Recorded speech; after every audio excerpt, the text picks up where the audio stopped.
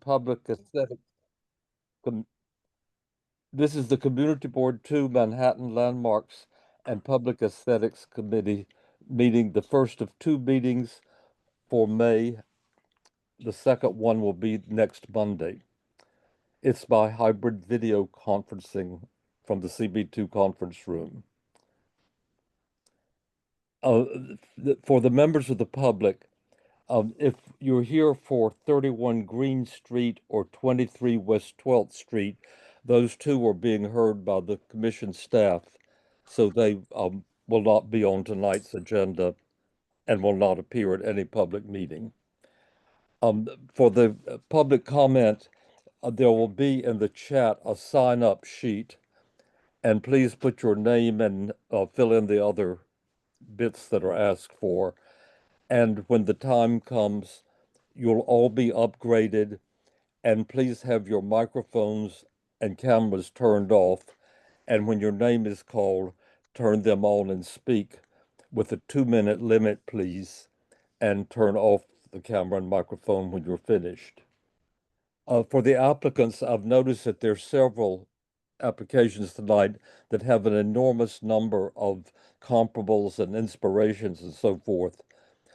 Please be selective in those, and particularly the ones that are important that show historic conditions or conditions of modifications that have been approved by the commission.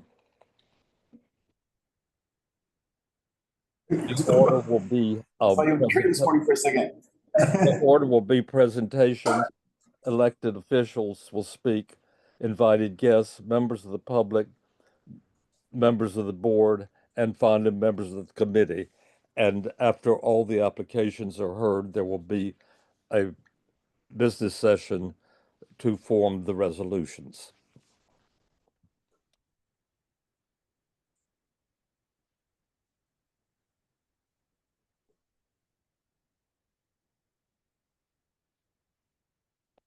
The first application, which is number 2, is 770 Broadway to install illuminated signage on the exterior wall for the Bank of America at the corner of Broadway and West 8th Street.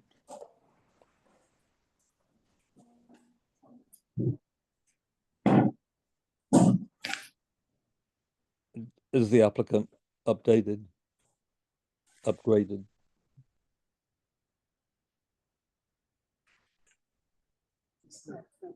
Yeah, we're not hearing. And also this one. Good evening. Hello, thank you, and share your screen when you're ready, please. Sure thing. Oh,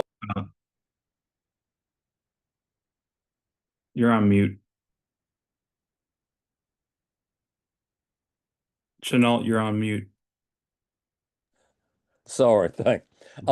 If you have a page with a lot of pictures on it, just enlarge the one you're speaking about.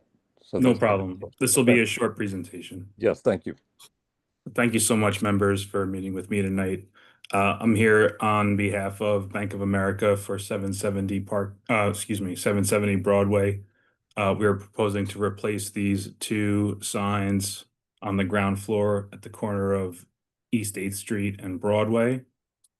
The bank is located there since 2004. Here are some historic photos. This photo on the left shows the corner in question, but it's blocked by trucks. On the right, you can see a photo of the opposite corner. That's the corner of Broadway and East 9th Street. Here's some photos of the existing signs that are currently there. Excuse me, I missed one. There we go. Since 2009, these signs have been existing on these installed brackets. They are internally illuminated. In 2024, they revised the signs to a white sign face, as you can see here on these photos. And here's another close-up version of what is there right now. You can see there's 2 brackets for each sign that's holding it up. It's been like that since 2004 approximately. Here's a site plan showing where we are. We're at the corner of Broadway and East 8th Street. The building 770 Broadway takes up the entire block and has another frontage on Lafayette over here. Here's a sample of what we are proposing, which is to replace what's there now with a similar sign that is backlit as shown in this sample photo here. There will be a small backer panel put behind the letters. And we expect the projection be off the facade to be less than 12 inches. Here's a photo of the other elevation, but the sign is the same size. And here's a sample of what it would look like in the evening. This is the view from Broadway and the view on 8th Street. And I'm available for any questions you may have. Okay. The projection of about 12 inches, how is that greater than the present sign? It's identical to the sign that's there now. Okay. It's important to note that this is the Wanamaker building, and we all know it well. Like, are there members of the public who wish to have questions? I have a quick question. In terms of level of illumination, is this any brighter, or does it have the capability of being any brighter than what's already existing? I don't believe so. The sign that's there now is internally illuminated, so the light shines through the letters. Right. In this case, it's kind of backlit, so it's more of a glowing effect than a light shining onto the sidewalk. I would say it's a reduction in illumination. Okay, thank you. Does anybody else have? Anita, please go ahead. Yeah, well, which image shows us the location of the sign relative to the glass? Is it going to be For the glass? Oh, the window below it, you know, it's going to be in the same location? Yes, correct. And those 2-inch brackets, is that what we can see there? Yes, correct. And are we getting two signs? Like, oh, there's one on the interior glass? No, the interior sign is existing on the Broadway elevation. And on So- the 8th Street elevation, there's no window sign. But the sign on Broadway is set back 18 inches from the glass. Okay, thank you. Arturo, please. Hi, Matt. I think you shared an image of what the letters will look like during the day. I'm not seeing that on the presentation. Could you share that image again? That one right there, yeah. 'Cause I don't think we have that in our deck presentation. Is that the color and material that will be visible during the daytime, like a metallic silver? Yes, that's correct. It's excuse me. It's on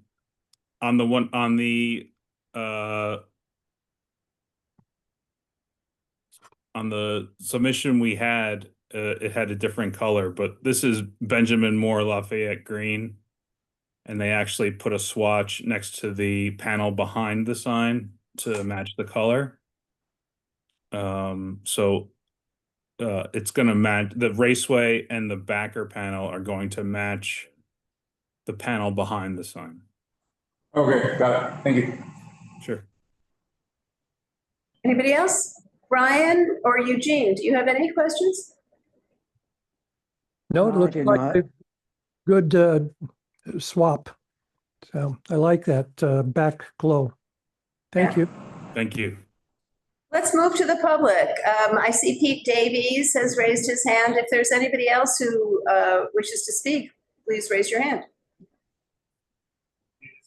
Thank you. I'm looking at what's in the presentation that's submitted at CB2, page 4 of 8. I don't know if you can put that up. The image on the right, you see that tag on the end of the that's what's there now. there's a tag on the end of the sign on the far left that kind of spoils the idea of the floating signage.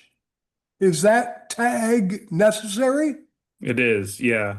I can look into the placement of the tag, but all illuminated signs need to have both a UL sticker with a manufacturer's label and a Department of Buildings sticker as well. Okay, got it. If it could be placed, I guess maybe it has to be placed where it can be read from the street. I don't know. If it That's could be. correct, yeah. Maybe on the back side, we can try to work something like that out. It just kind of spoils the magic of the. Yeah, I agree, 100%. Thank you. Thanks, Pete. Anybody else? Okay. I think we can, there's nobody else, so I think we can thank our applicant and move on. Great. Thank you so much. You're welcome. Have a great evening.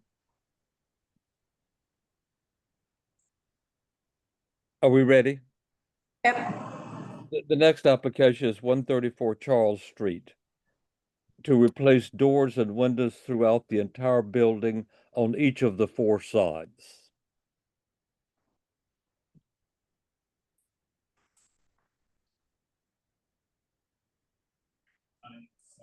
Four sides. Sorry, while we're waiting, there was a question about the matching presentations. There frequently changes up until even the day of. So it's whatever exists now is and is presented is considered the proper presentation material.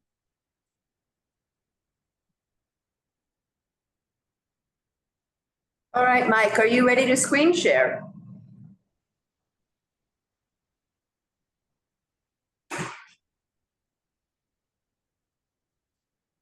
Might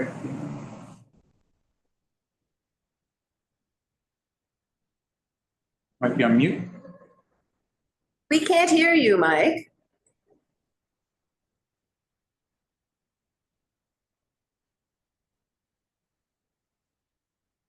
How about, can you hear me? Now we can hear you. Okay, Yes. sorry. Oh, it's always funky with the settings back and forth with Teams and everything else. So my name is Mike Rosani with Michael's Irish Architects, and we represent the owners of 134 Charles Street, which is on the south side of Charles between Greenwich and Washington. The application is somewhat straightforward. We are looking to replace the existing windows throughout the building, and there's a number of doors as well that's part of this application. All of the proposed doors and windows are provided by Forster Windows. They're aluminum clad, and we can go back in time a little bit and look at the existing condition when this was a 2-story building back in the 40s and even back to the 80s. There was a 3rd story added to the building prior to designation of the building. And you can see the current state of the front of the building and what it looks like. So right now there's a series of hopper windows and solid pane glass that adorns the front of the building. And once we get to the back and the sides, the windows kind of go all over the place. And I've provided some photos of each of the windows that we're discussing, but we don't have to go through all of them if you don't like to, just to expedite things. I'm sure you've looked at them already. So we can see here the condition. There's, some steel and glass windows. There's some wood double hung windows. There's some aluminum double hung windows.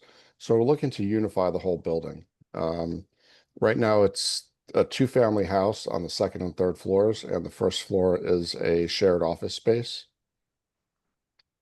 Kind of like a WeWork type of situation, but it's a little bit more elegant than that. And we can go to some of the additional photos at the rear, at the residence locations where they have some steel and glass windows with solid transoms. You can just see there's a wide variety of things going on here. So I'll show you in our drawings. Yes? Okay. Just some floor plans to outline the location of all the different windows on the cellar, first, second, and third floors. And this is our existing elevations of each of those facades showing the different types of windows and door locations. And what we're proposing is to kind of have something that's a little bit more uniform. Same manufacturer, same finish. It's all going to be a bronze finish on the windows. Existing openings, we're not changing any of the openings. So everything is sized to fit what's there today. And we've provided, some enlarged blow-up details of those individual types of windows that are being proposed. Again, there's a mix within these of solid pane windows with tilt and turn windows for operability. You can still see there's some hopper conditions with solid panes, but generally everything has kind of been designed to be uniform throughout the building. These are just some precedents of what these Forster windows look like, so you can get a visual cue and, this color. And these are just some of the shop drawings from Forster, just to see some of the enlarged details of the framing of the aluminum window. So I can stop there and open it up to any questions that you might have. Did I understand they're aluminum windows with a bronze finish? Yes. And they're all of the same design, customized for the various spaces. Correct. So if we go through like the shop drawings, you can see they're all utilizing the same frame and profiles of the windows. The doors are integrated within that same frame system.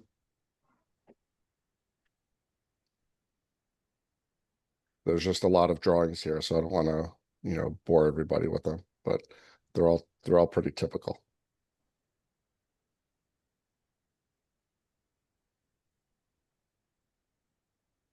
Susan? Brian has his hand up. Brian, please go ahead. Yes, thank you very much. I noticed in your presentation, Mike, that the initial drawings of the windows and doors show the correct types of symbols of the types of openings. Mm-hmm. But starting with page 11 through 14, they are all reversed, so it's very confusing. Nothing makes sense as a door, nothing makes sense as a hopper. And so I see what you mean. that needs to be corrected. And then of course, Absolutely. shop drawings from the manufacturer then return to the correct symbols. Absolutely. I understand. I do have a question about the front door. It's just under 6 feet of masonry opening. Mm-hmm. And I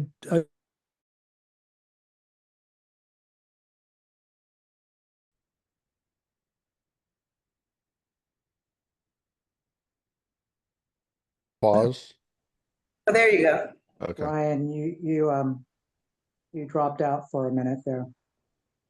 I'm sorry, I dropped off? You Yeah. did. Froze for a little bit.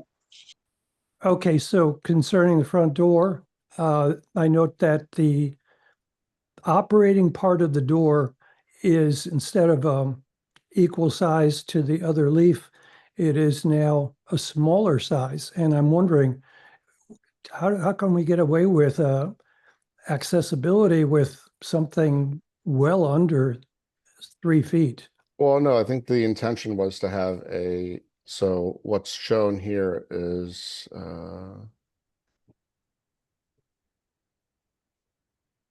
yeah, I think these are flipped. The intention was to have one 3-foot door and then the other door would be the inoperable panel, but it looks like it seems like it's correct here, but again, the handle is shown on the wrong door, so I just have to move that handle to the operable portion. So the left side of the door here would be our 3-foot door, and then this would be an operable door still, but it wouldn't be the primary door to be used. That would make sense. So Yeah. Thank you for that. Hey, thanks, Brian. Arturo. Hey, Mike, how's it going? Can you tell us a little bit about how the decision came to be to choose the Forster windows specifically? I don't have that specific information.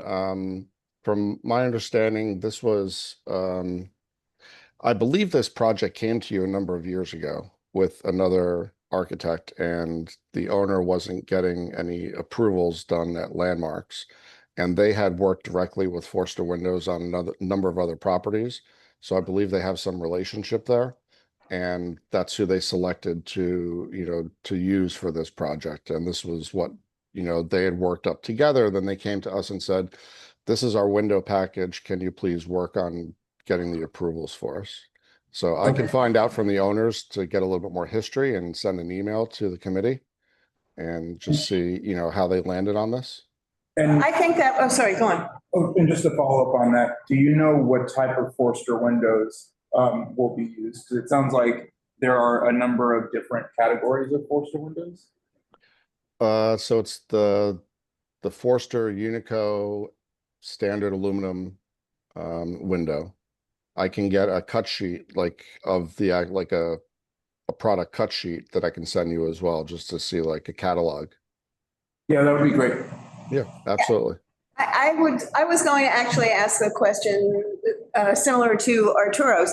In a landmark district, we like to know what the aesthetic rationale is for choices that get made. And, I understand this isn't a 19th century row house, but nonetheless, there must have been some kind of thought process. These windows have a somewhat industrial quality. Is that what they're hearkening to? I think that was what they were harking toward, just given the location, and they're trying, this isn't a typical landmark building that has a lot of historical features. So they're trying to, go with that more industrial look of, we didn't want to go to steel and glass just for the energy code reasons and costs. So I think this aluminum option kind of gives that same type of feel of what they're looking for. Yeah, it would be nice if you could confirm that. Absolutely. I will get that information tomorrow and send an email along with the catalog. That's great. Thank you. Bo. I just want to ask, have you worked with the LPC staff on this project? Yeah, I'm working with Tim Shaw. We've been working on it for quite some time, probably a year.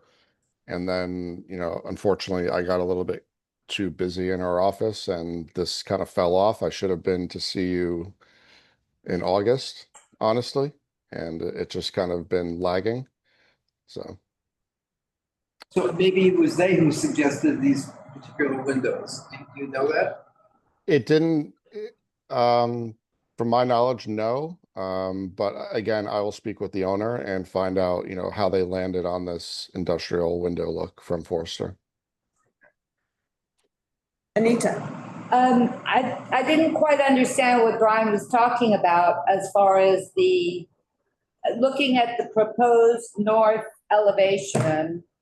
All those windows, the horizontal type windows, are actually showing a hopper. And I would think you'd want an awning type window, because otherwise you're just going to be collecting rainwater. Well, that was the comment, was that the indication of where the windows pivot and how they operate is backwards. So I just have to correct those. So like it's not backwards. Backwards is confusing me. Upside down. Upside down. All right. Okay. So like these hopper windows would pivot from the top and then pivot out. Then they're awning windows, I believe that's what they're called. They're no longer hoppers.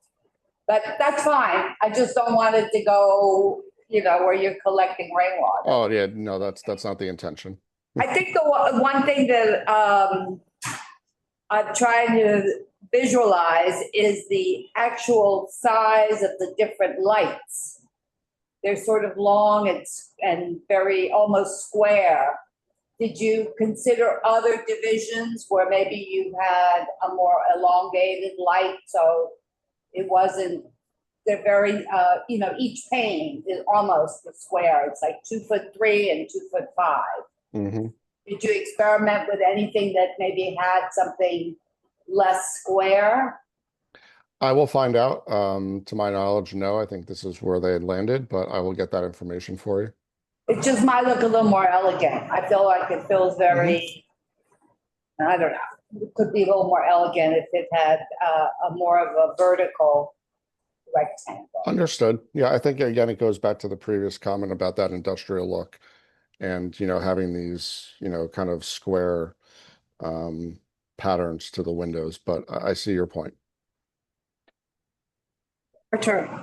One more follow-up question, Mike. Can you tell us how the reflectance of the new windows compares to the existing ones?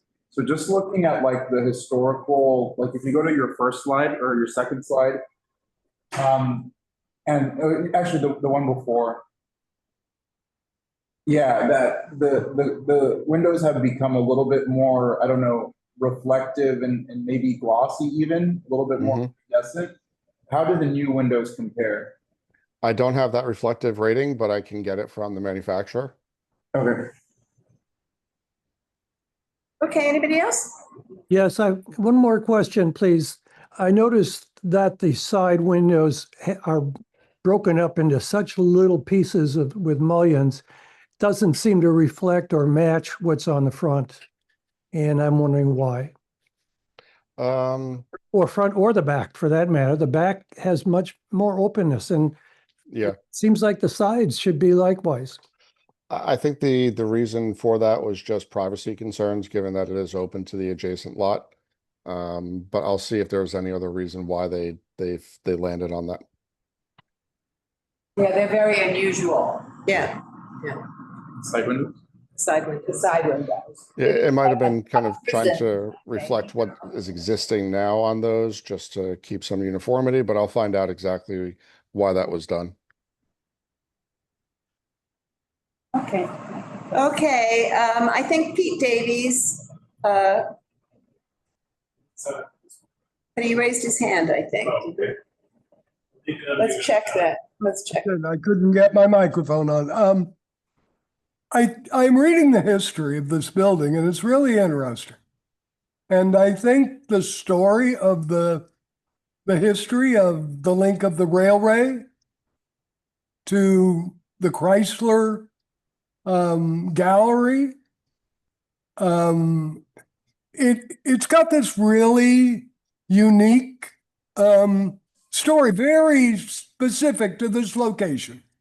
And it just seems that period that it's in, 30s, 40s, 50s, is getting lost in the ultra-modernization of the facade, with the windows very much pushed to the edge of the building rather than recessed a little bit. And in image number that shows the doorway, gosh, what's going on here? Number LPC 16,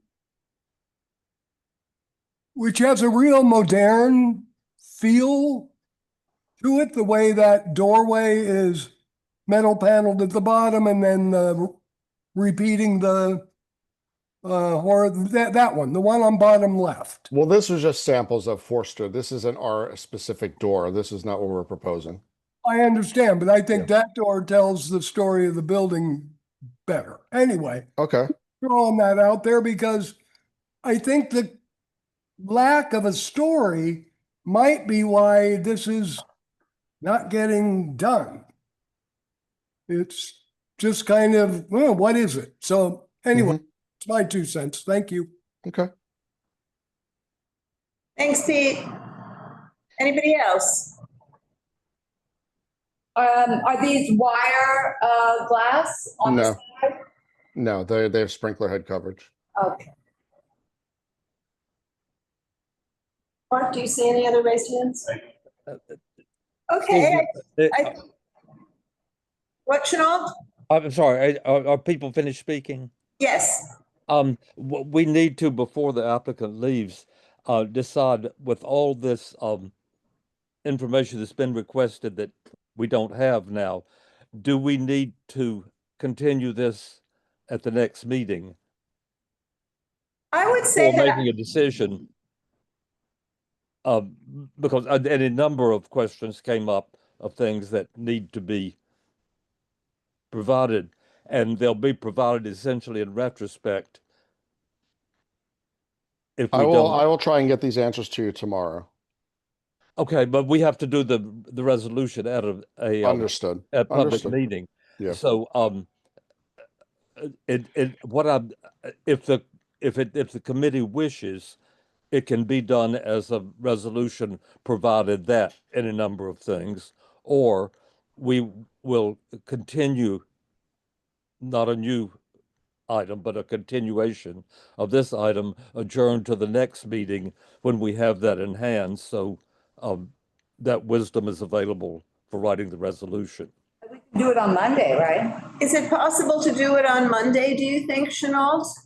Or is it not enough public notice because the public notice was for tonight? I know it wouldn't require public notice because notice that we're continuing this one. I think that it could easily be done on Monday, and we do have time. I would suggest that that's what we do, because I do not feel that we have been given enough information in a coherent enough way to make a responsible, to write a responsible resolution tonight, between the errors on the drawing and the lack of an aesthetic rationale for these windows, and the fact that, you know, there is an opportunity here, because this is was a manufacturing building, to own that in some conscious way. And this feels more like just sort of something that got picked out of a catalog. It's feeling a little too random. So I think we'd like to have a coherent rationale and correct drawings before we really know how to respond. Okay, That's then what we'll do is adjourn this item until it'll be the second item on Monday evening, and we would expect to have all this information tomorrow, which would be a day before the meeting on account of the weekend. So if the applicant can supply that tomorrow. Yeah, it shouldn't be a problem. It won't take terribly long. Is it business session on Monday? How do you want to advertise it? Let's ask Chenault. Okay. Just to be clear, that everything that people want to know has been made clear. Is that correct? Sort of last chance to ask for anything. Well, I can go over the list that I have and see if I missed anything. So what I'm going to get for you is the reasoning behind the selection of the windows. Question the pattern at the front and along the side as well, and the rear. Why it was decided to be this square pattern, not more vertical. The difference in the pattern of the windows on the side, having the smaller panes. I'm going to try and get the catalog for these windows from Forster. I'm going to try and get some information on the reflective coating of the windows and how that relates to what's there today. I'm going to correct the drawings for the door and window swings, and correct the size of the door and the hardware location on the front entrance door. Does that satisfy the question? That sounds about right. Thank you. Thank you. Perfect. And know that this is going to follow a new building, which will take a fair amount of time on Monday. It's not an enormous one, but I shouldn't think this will come up before 8:30, perhaps 8:30. Let's say 8 to be safe. Yeah. Okay. Just so I'm clear, do you want me on that at that meeting, or is this yes, internally? please. Yes, we'll have questions about what you've said. Okay, will somebody send me a link to join that meeting on Monday? Mark, are you here? Or And this goes to Mark's quest next. Yes. We'll make a note. Question. Mark has a question, and that is this an agenda item for Monday, or is this going to be simply a business session on Monday? It can be a business session. Yes, it can be the business session, because we've had public testimony, and we sometimes ask the applicant questions during the business session. Right. And we may do that if we wish. So it is. That makes a lot of sense. All right, so put in as business session. And to your point, sir, if you go to the calendar on Monday, there'll be a link to join, the same Okay. way that you joined today. And when it's your turn, we'll elevate you just as we did here. Perfect. Okay, great. Good. That All all right. sounds like a plan. All right, thank you all. Thank you. I Thank think you. that makes it smooth for everyone. Yep, have a good evening. You too. Bye-bye. The next application, 491 Broadway, to legalize installation of windows without permits and non-compliance with the permit. This is a particular application where you just need to enlarge, please, whatever you're talking about at a particular moment.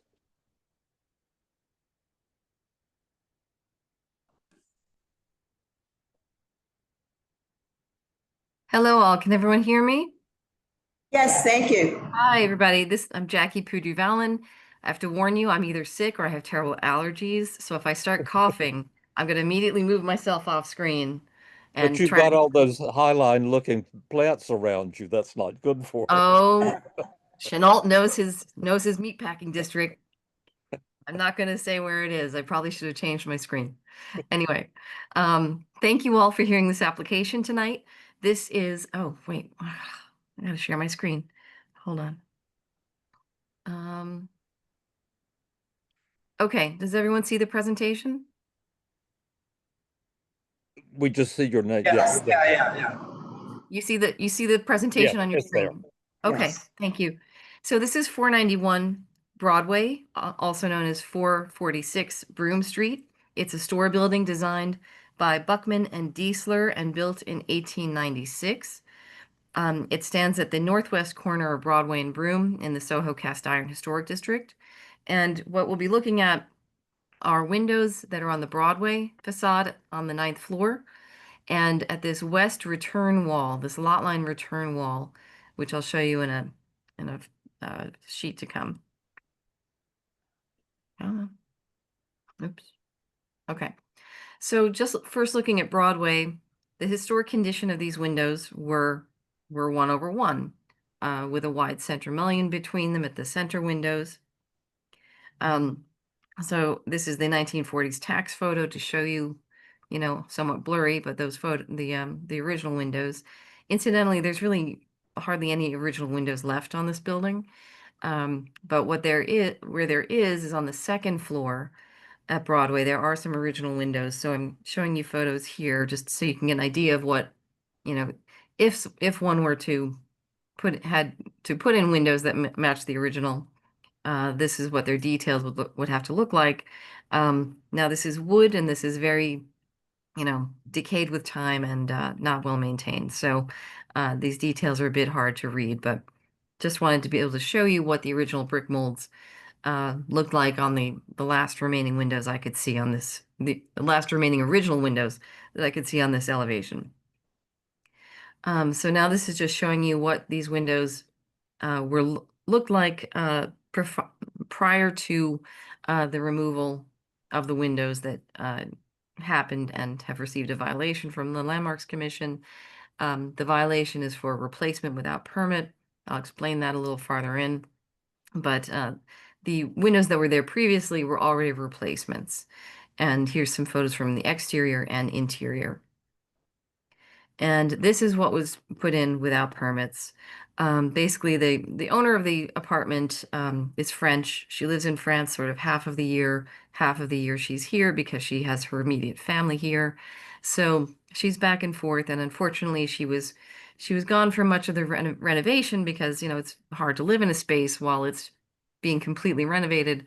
And there was a miscommunication between the window contractor and the architect. So unfortunately, these windows were replaced without having received the permits from Landmarks first, and what they installed are single pane windows. So the windows don't match the original details or configuration of the original windows. So therefore, it has to be shown at public hearing to try to get them legalized.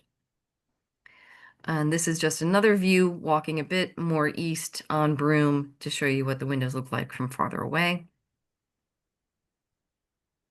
And just an interior view and drawings showing the details of the windows that were installed. And what we're proposing to remediate this condition is to install an extruded aluminum grill or bar that would be attached with a very an adhesive that is extremely strong to be able to hold in place the metal bar on the glass and to the side pieces of metal. The intention is to create a view from the street that fools the eye and makes it look like this is still a double hung window. Moving on to this west return wall, this is what the windows looked like prior to replacement. Again, unfortunately, there was another miscommunication here, and rather than windows being ordered that were 4 individual double hung windows, two very large double hung windows were ordered and installed instead. And they fit perfectly and they look very nice, but they don't match the historic configuration. So therefore, this also has to be shown at public hearing at Landmarks and shown to you. So just a reminder that the windows that were there previously were also replacement windows. As you can see from these photos, there's really a mix of window colors, window materials on this facade. And now with these windows, now there's also a introduction of a different size, a different configuration. But I hope that what you can see from my photo taken from the street is that you really have to be looking for this difference. It's really hard. It was really even hard for me to get the photo and to be able to see from the street that these windows really don't call attention to themselves, and they're really hard to discern on this west return wall. And Wait. and that's it. That's our presentation. So again, the west windows, do you have did you show me, maybe I missed a picture of what the correct windows look like? Is there an example of that? There is not. And can you just again describe it then, please? Well, I mean, they're pairs of two pairs of windows separated by a wide center mullion. But I don't think looking at it from the street, I really didn't think that any of the windows left on this facade were original. So all I can tell you is that what was approved. Oh, sorry, what was approved was 2 pairs of windows in this opening, rather than 2 large windows. Rather than one, okay. So it would be essentially verticalness in each of the windows would be more or less what we look. Okay. Yes. Thank you. So to conclude, what we're asking the committee to support is this idea of attaching with a very strong adhesive a metal bar to the windows on Broadway to create the look of a double hung window when someone views this from the street, and to be supportive of legalizing the windows as they are at the west return wall. And thank you, and I'm open to any questions.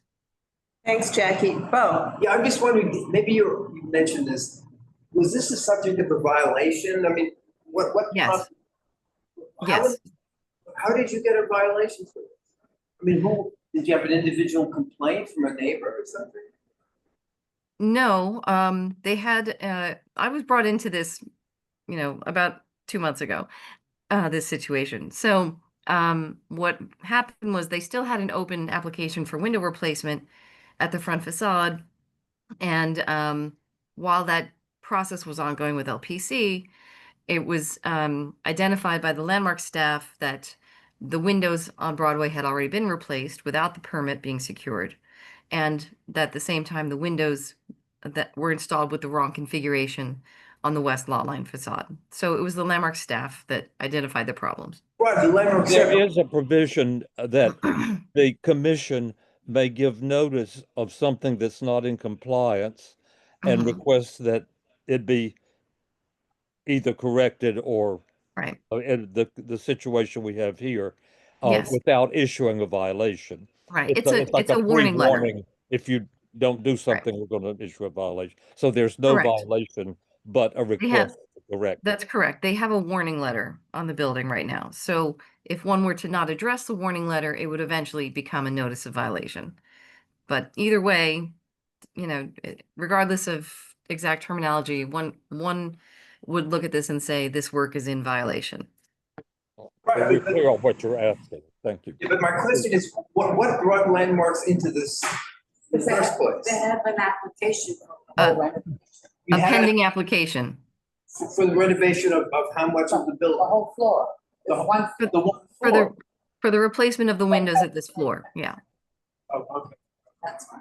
So there had been one permit issued for window replacement. For whatever reason, they didn't include Broadway in that scope of work. And so they still had an application open for the replacement of the windows on Broadway. And it was while that was being worked on that the landmark staff person noticed windows had already been replaced.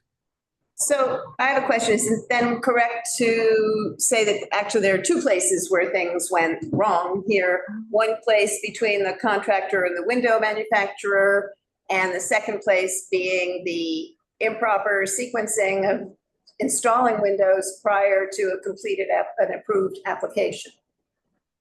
Yes, you could say that. Yes. Okay. I'm just trying to understand Yeah. all the places this went Yeah. off the rails. Okay. Yeah. Bo and then Brian. The other thing is, that pasting a bar across the glass seems a little odd to me. I'm wondering, is that in the code? Does DLB get into this? Does it require approval? Because it's. I mean, I don't think we're competent to approve that this is a method of remedying Mhm. the situation that is safe. I mean, I don't. It seems kind of nuts to me. I don't get it. We would be approving the design. Yeah, I mean, if you're wondering about safety, I mean, they'd be using an industrial strength adhesive. No. I'm just wondering, does DOB get involved in this at all? Window replacement is not within purview of Department of Buildings. You don't have to file your applications for window replacement with Department of Buildings. They usually don't come with glued on pieces.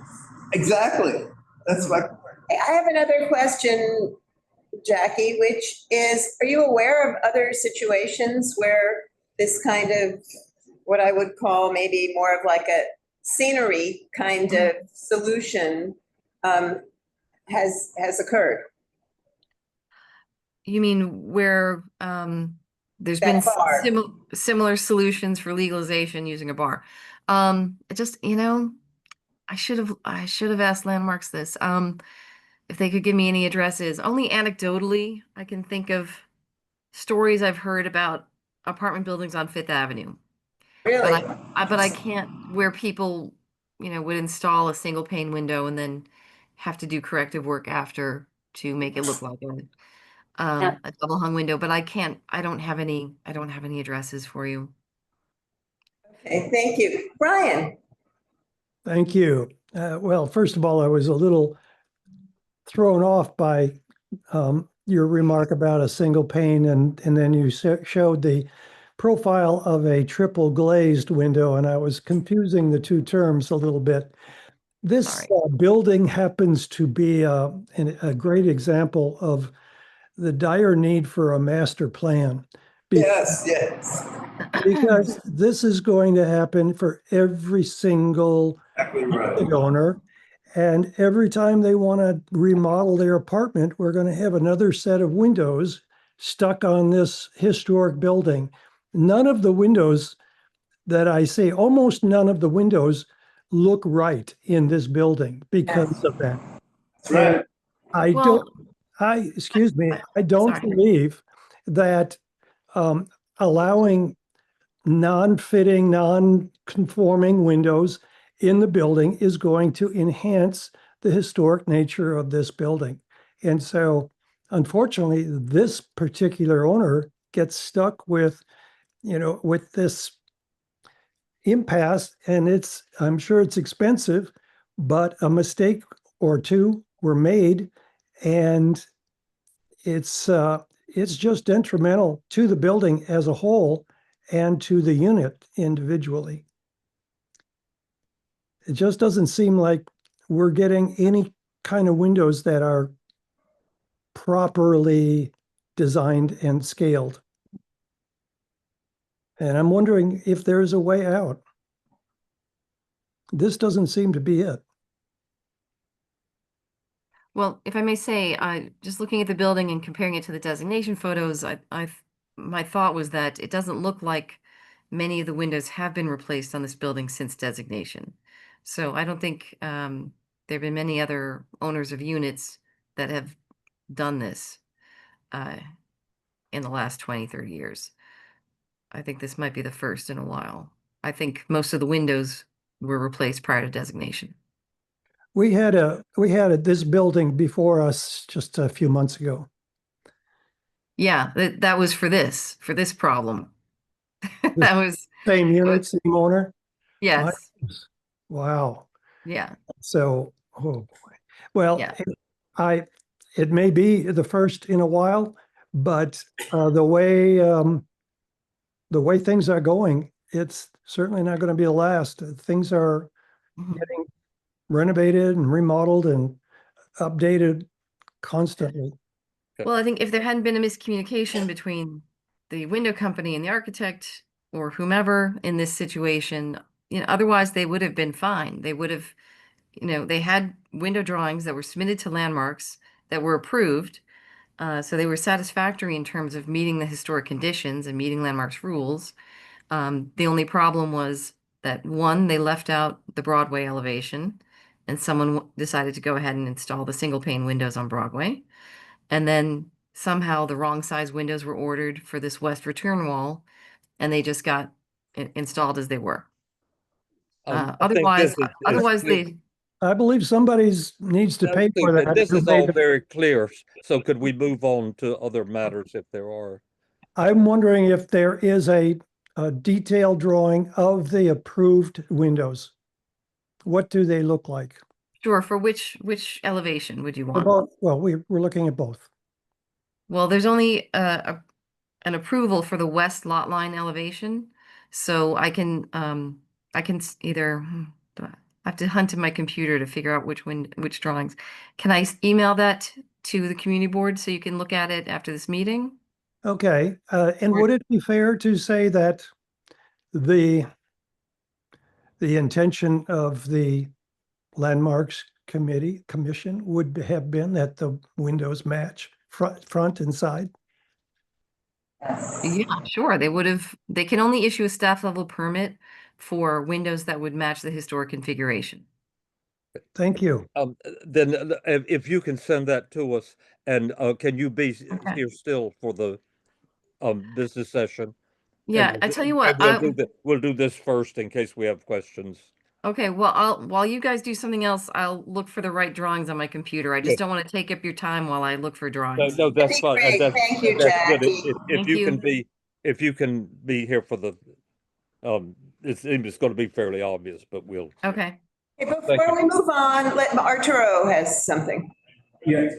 Jackie, I think I just wanted to ditto what Brian said about the lack of uniformity on the windows. I mean, I think this building just has like a patchwork of colors and window styles.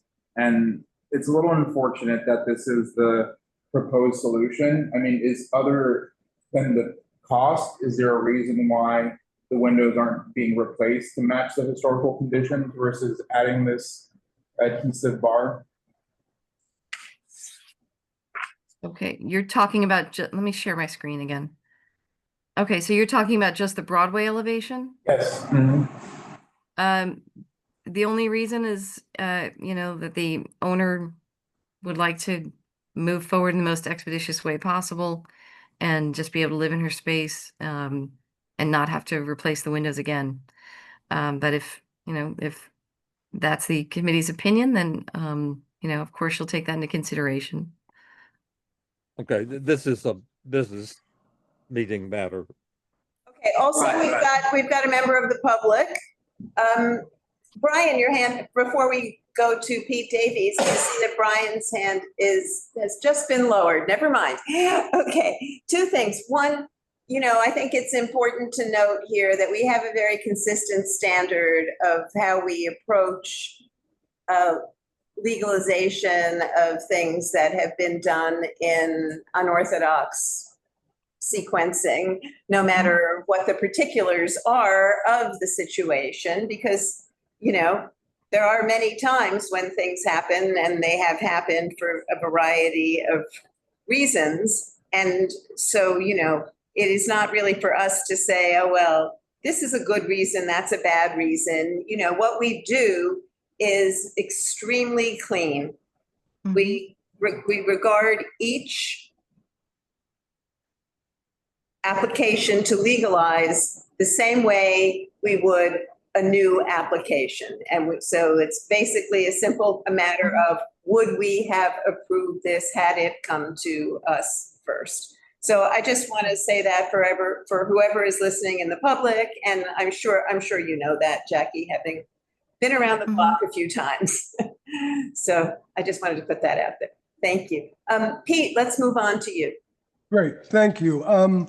Just quickly first, this is a co-op building. A lot of the folks that live in this building have been there for 50 years. There are new people coming in. So to expect that old folks who have been here a long time are going to be able to do a master plan, the cost of that, that is something that it might be ideal, but it's problematic. My question is, this applique crossbar, for lack of a better word, is that on the interior or is it on the exterior where the dimensionality of the crossbar will read from the exterior? It's both. The detail shows it being installed on both sides. Okay. And just to clarify, when the Landmarks Commission issues a master plan on a building, it doesn't mean that people have to do all the work all at once. It just sets it sets parameters. It sets, you know, a standard for what the windows would have to look like and how they would have to be detailed when someone does want to replace them. It doesn't mean you're compelled to do it right away. Understood, but it becomes a shared cost of the co-op probably, rather than an individual co-op shareholder cost like we have here. So anyway. It depends on the building. I have no idea. We can't go into a detailed discussion. Right, so we shouldn't be talking about the master plan because it's not before us. Okay. So the dimensionality, because my question is, if that's applied, but then the occupant arrives and prefers to see the unencumbered view, can they remove it?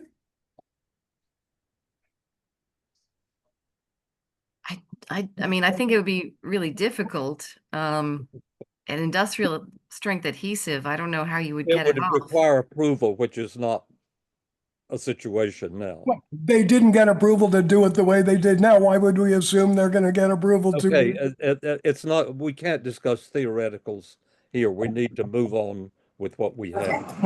All right. Okay, I found the approved drawings. Do you want to see the Yeah, drawings? that'd be great. Thanks, Jackie. Okay, hold on.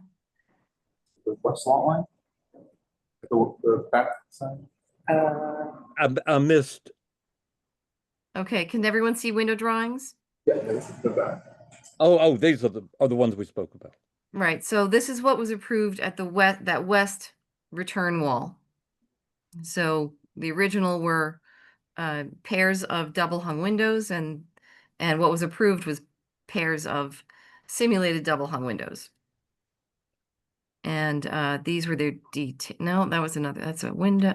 Hold on. I think these. Okay, over here are the details for those windows. In case you want to see that. Tell me if I'm showing you too much. Well, in any case, this is all Yeah. what was approved. Yeah. Yeah, okay. And I mean, there were some other windows in this apartment had single pane windows approved because they're at non-visible locations on the lot line walls. So that's why you're seeing that drawing there. But this was what was approved for the west lot line wall. That's what's important. Okay, thanks, Jackie. Thanks for finding that. Appreciate it. Okay. All right, Okay. Eugene Oh, has, is Eugene that it? has, no, it isn't. I'd like to hear what Eugene has to say. Thanks. Eugene, go ahead. I just had Our a quick SoHo. question for Jackie. Mm. Why was it that there's a remedial solution proposed for the Broadway elevation, but not for the, a similar type of cosmetic correction for the lot line return windows? It's a good question. I'm not sure if it's possible. I would have to go back to asking the window contractor. Just because of how it's something we talked about, but I'm not sure if the windows could still operate with a vertical bar attached on the inside and outside of them. I just don't know. I don't have the answer. Okay, thank you. I think that's it. For Stephen now. stole my speech about if it had come before us. Therefore, I was trying to think of a situation that you asked Jackie, that we might have had with, if you will, cosmetic correction, and I can't think of one. I know that we have recommended denial of things that are faked, Right. like mullions. So I think that might set a precedent. So we'll discuss it at the coming time. Okay, thank you, Jackie. Thank you, Jackie. Thank you. Feel better. 26 Thank you. Bleecker Street. On to the next. Application is to restore the facade, restore the cornice on the primary facades, replace windows, install new storefront infill to match the historic configuration, construct a rooftop addition and a non-visible light court to convert the building from commercial to residential. When you're ready, please. Terrific. Hello, Chanel. Hello, committee. Cass Stackelberg, Higgins, Grace Barth, and partners. Nice to see you all. If you all can admit David Kubik, he should be, he's the architect from BKSK Architects, and he will be making the presentation with me. Yeah, I just did it. Great. Thank you. He's also sharing the presentation, so he's even more important than I am on many levels. Hello, everyone. Terrific. Very good. So let's go, if we can go to the next slide. So good to meet you all. Thank you all for the opportunity to share this project with you. Jeanald, as you mentioned, 26 Bleecker Street is located in the NoHo East Historic District, which was designated in 2003. It's a 7-story store and loft building, an overall photograph on the left, a district map on the upper right, and then a Sanborn map on the lower right. A relatively small district, a large building in that district, as 7 stories occupying that corner lot. The building was constructed between 1900 and 1901 in the classical revival. And there are really sort of 2 primary scopes of work that we wanted to share with you as part of this rehabilitation and conversion from commercial use to residential. First is rooftop construction, including a setback 1-story addition and associated mechanical equipment and elevators. And then with that, the creation of a light court in the back corner. And maybe you could just even, David, circle on the map sort of where, or on the key plan sort of where that's happening. But it's in the southeast corner, not visible from the street. And then the second component of the project is really the piece that is going to have the most effect on the district. And you'll see that the rooftop construction the visibility is very limited. And really the effect of this project is going to be the restoration of this building, bringing back proper storefronts and re-engaging the sidewalk, recreating a cornice at the storefront ground floor level, and also reestablishing a cornice at the top, all of which has been stripped off just prior to designation. So with that, let's begin, and we'll share some existing photographs, a little bit of historic information, and then David will take you through the design presentation. So the next slide. A few views just on the street on the left, the Bleecker Street elevation And you can see right on the upper floors, large-scale louvers installed in the windows. All those will come out with new 1/1 double-hung windows or 1/1 offset windows with a casement action replicating the historic configuration. You can see the side elevation in that photograph, brick on the lower portion and then stuccoed above. And then on the photo on the right, this is looking north up Mott Street. Just to point out one thing in particular, there's an elevator right behind the facade line, and there's a large bulkhead that is up right at the building line. And we're going to be basically reconstructing that volume as part of the addition, but it will be considerably smaller than what is there today. Next slide. All right, 1 second. Okay. So an aerial view of the current conditions. This is looking kind of east southeast. The building's right at the center of the photograph. You can see that tall water tower in the back corner, and then that large bulkhead that's right at the corner, that kind of L-shaped bulkhead right at the corner of the building. I'll also just point out directly across the street at 36 Bleecker Street, sort of a similar larger scale rehabilitation that was completed about maybe 6 or 7 years ago. Facade restoration, partially visible one-story addition. And there have been other additions throughout this part of the district.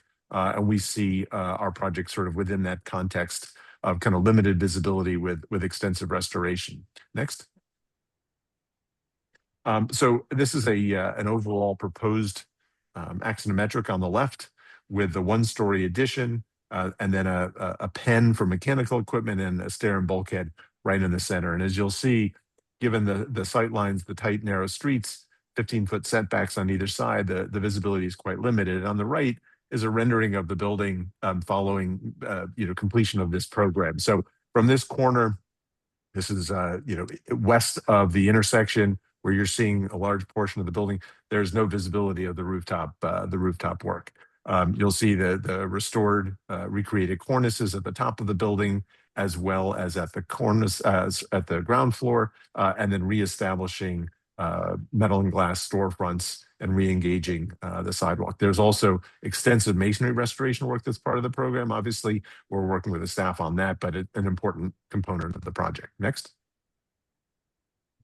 Some existing photographs. So the building, as you all may know, was purchased by Planned Parenthood in 1989, and they made significant modifications, including infilling and modifying the ground floor. So the whole base of the building now has some remaining cast iron piers, but all non-historic brick and cast stone. So all that will come out and will reestablish storefronts as they were historically. You'll also see across the top in that middle photograph a line of soldier quartz brick and cast stone. That was where the historic storefront cornice was, which will be reestablishing.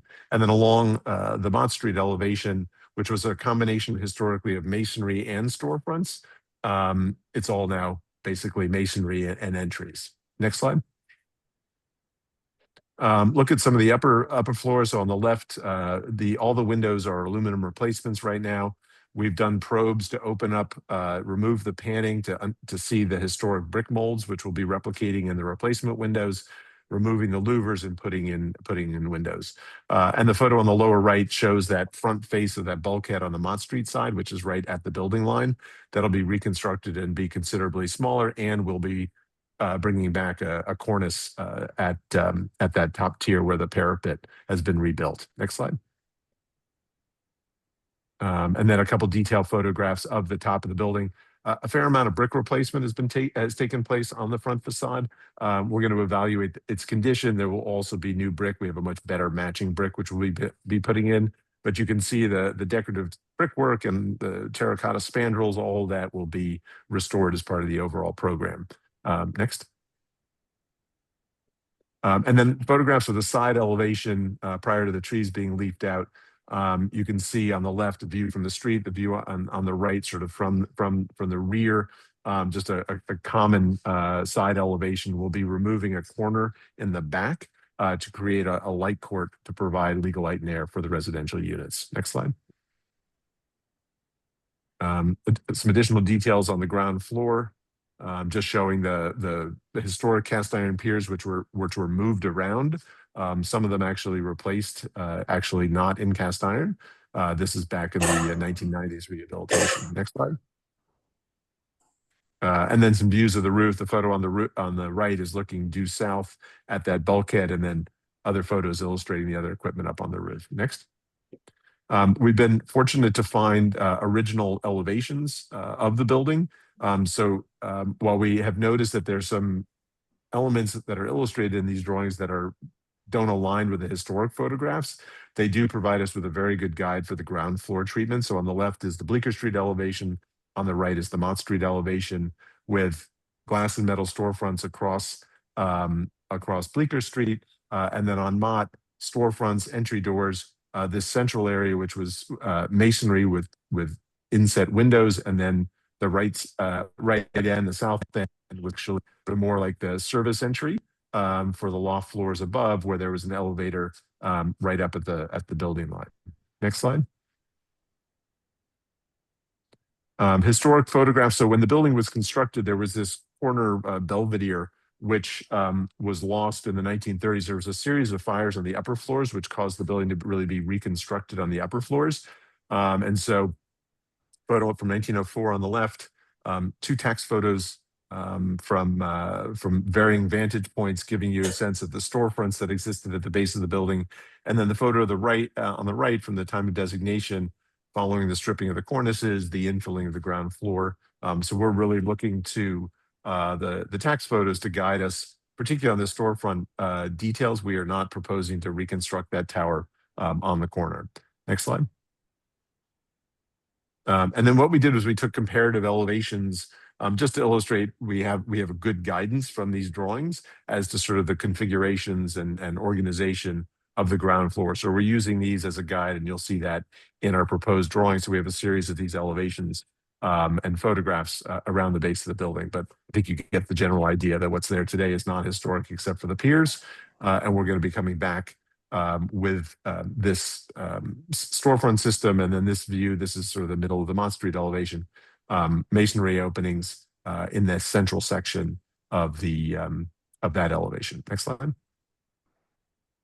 And then down at the end, as I mentioned, there was a sort of an entry and a lift entry. This will be the location of the main entry for the building, which is consistent with how the building was used historically. Next slide. David. Yes, hi, David Kubik, partner at BKSK. Thank you, everyone. So I'll walk you through some more of the details of the proposed design. So here you can see an existing condition, three-dimensional axon view on the left, and then the proposed design on the right. Again, a few things to point out. Like Cass mentioned, if you look at the existing view, you can see that elevator bulkhead there on the southwest corner, the water tower, some other bulkheads. And with the proposed design, part of our single-story penthouse addition actually is put back in the same location as that existing bulkhead, but it's a few feet shorter. And then this penthouse addition is set back 15 feet to really help with visibility, also a zoning requirement. And then our mechanical and elevator bulkheads are held tight to the middle of the building. Here too, you can start to see, and you'll see better in later views, but the new painted wood and glass storefront wrapping around the corner, some of the masonry and punched opening windows and doors here in the middle section, and then the main entrance will be beyond. Here's just a view to show you the back of the building. Currently, the back of the building has this little bit of a tail that kind of extends into the southeast corner. The property line actually kind of jogs, mimicking that shape. This is the only portion of the building where the bulk will be removed to create a new compliant courtyard, which will allow for legal light and air to enter the back of these residential units. We'll go on to the next one. So here's that view. You can see here on the left, the existing, where that tail of the building is with the water tower sitting above. And then how we kind of create a small modest courtyard there with 3 windows, two facing east, one facing south, again, to allow for some legal light and air. You can also just sort of see the back of our rooftop addition. There's that single-story penthouse addition and the mechanical and elevator bulkheads. These are the proposed elevations, which are probably the simplest way to describe the scope overall. So Again, on Bleecker Street, here's the existing view on the left. As we saw in the photos, there's a real sort of hodgepodge of elements on the ground floor with louvers and painted metal doors and clear story windows. We'll be removing all of that. Fortunately, the cast iron piers remain, so that allows us to create the proposed elevation you see there with painted wood storefronts, a simple transom line going across, and just two locations where we'll be providing a mechanical louver, but other than that, it would be all glass and doors back in a similar configuration to where they originally were. And then if you start comparing on the typical floors, again, you can see all these dark gray rectangles on the left. Those are all existing mechanical louvers on the main facade. Fortunately, we're able to remove all of those. So you can see it's a full window replacement on the main portion of the facade. We will introduce some small uplighting at the base of the brick piers, which you can see here at the second floor, and then again here at the top. And then at the top of the building, we'll be bringing back the cornice. So it's a painted pressed metal cornice. And then here you can see the penthouse addition, which would be clad in horizontal zinc panels. And then above is the mechanical screening and elevator bulkhead.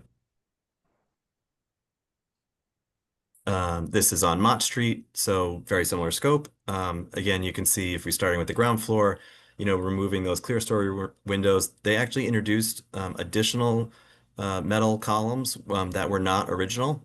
So we'll be removing the ones that were not original to bring back the same openings that you saw in the historic photos and drawings.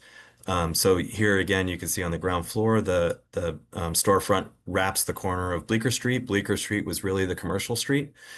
So the storefronts sort of oriented themselves towards Bleecker.